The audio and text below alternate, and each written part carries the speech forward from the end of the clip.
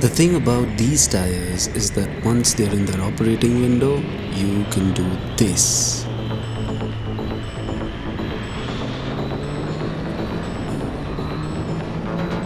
Smooth, predictable, no drama.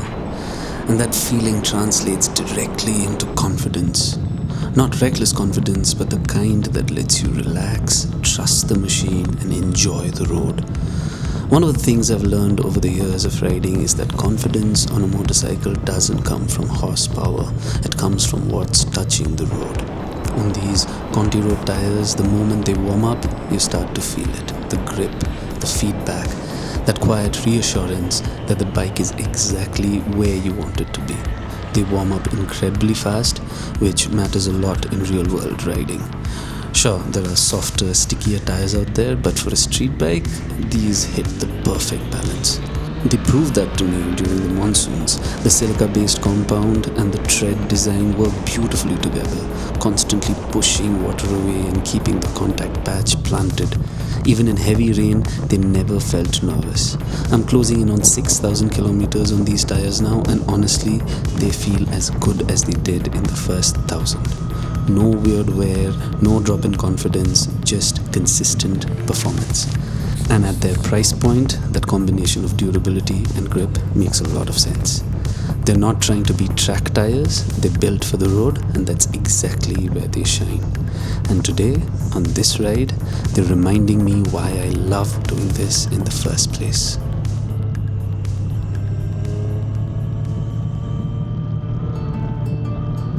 Well, it's been an interesting year. 2025 has been one of those years that doesn't announce itself loudly. But when you look back, you realize how much it quietly changed you. In March last year, I started this YouTube channel. Not with a plan to become a creator, not with dreams of monetization, algorithms, or virality. I started it for a much simpler reason. I wanted to share two things I genuinely love: long, high-resolution motorcycle rides and short, crisp stories of Indian legal cases that actually matter. I remember doing the research back then, very lawyer-like of me. I told myself, if by March 2026 I reach 1,000 subscribers, I will know I'm on the right path. That would mean people are interested. This isn't just noise. Today, I'm sitting just under 8,000 subscribers with almost 3 months still left before the year even ends. And that genuinely humbles me. So this ride, this video, this isn't content, this is gratitude. I'm not here to monetize your attention. I'm here because I believe thoughts are meant to be shared. And if even 1,000 people find value, calm, escape, or inspiration in them, that's more than enough. When you're watching this, it'll be early in the new year. Christmas will be over. The New Year's excitement will have settled. People will be back to work, back to routines, back to reality. And that's why this video exists. Not to celebrate, but to remember. As usual, my journey begins from Bangalore. Normally, this would be a solo ride all the way to Vijayawada, one of my absolute favorite routes. But this time, we decided to do something different. This time, I wouldn't be riding alone the entire way. The BMW R90 would start from Vijayawada, I'd start from Bangalore, and we'd meet somewhere in the middle. 2 riders, 2 machines, the same distance, the same intent. Bangalore to Vijayawada is roughly 700 kilometers. The idea was simple: 350 kilometers each, 6 hours solo, meet midway, and then ride back together. 12 hours of riding, 1 clean plan. At least that was the theory. Reality, of course, had other ideas. I woke up late, and by the time I even opened my eyes, the R90 had already rolled out of Vijayawada and was 100 kilometers in. So much for symmetry. We adjusted on the fly. New meeting point, Chittur. It made sense for another reason too. The stretch between Tirupati and Chittur is special. About 70 kilometers of road that feels like an autobahn by Indian standards. Wide, fast, flowing. You can comfortably hold triple-digit speeds with traffic, which says everything.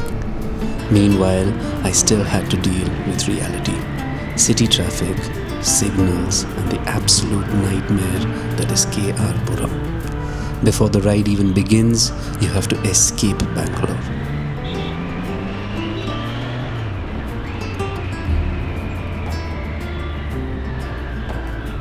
I could see him on Google Maps. The R90 was flying. Literally, like watching a dot move faster than my reality. I was still battling traffic. Cars, buses, people cutting lanes like physics doesn't apply to them. But there's a strange calm in that too.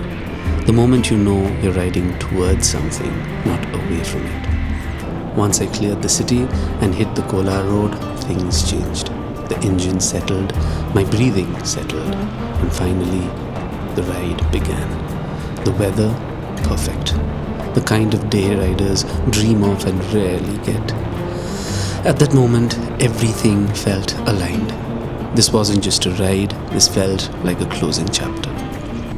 By the time the R90 crossed the Tirupati stretch, it was obvious he'd reach Chittur at least 30 minutes before me. No point slowing the rhythm of the ride, so we improvised again. I'd stop 30 kilometers before Chittur, he'd ride 30 kilometers past it, and we'd meet somewhere in between. At one point, I stopped and checked the map and realized he'd already zoomed past me. Just like that. I called him back, waited.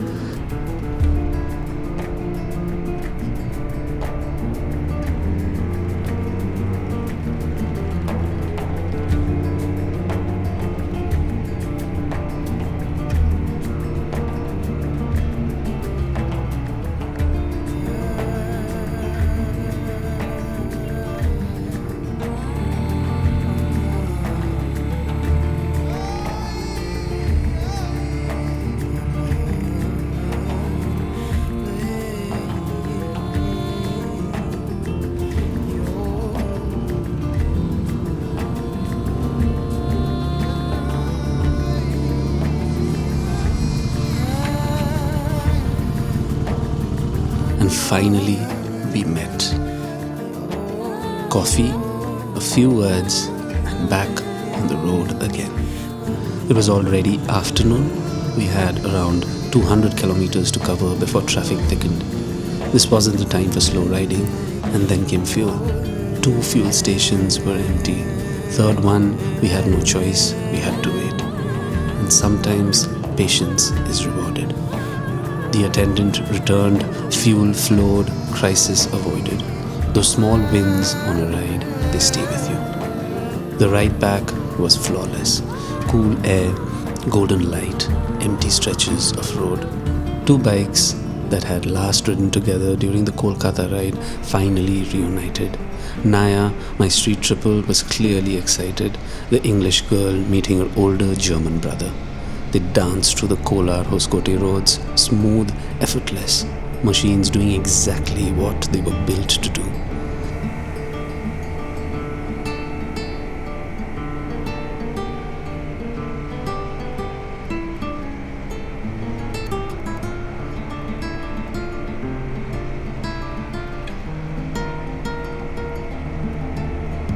And then KR Puram. Traffic had built up as expected, but it wasn't unbearable. We weaved, we waited, we flowed. And just like that, we were home, in time for tea. The last ride of the year. The ride was amazing. The year was amazing. The weather was amazing. This country, still amazing. And these machines, legendary. But more than anything, you made this year what it was. Every view, every comment, every quiet viewer who never said a word. This channel exists because you chose to spend time here. So thank you for riding with me, for listening, for being part of this journey. Here's to more roads, more stories, and more rides worth remembering.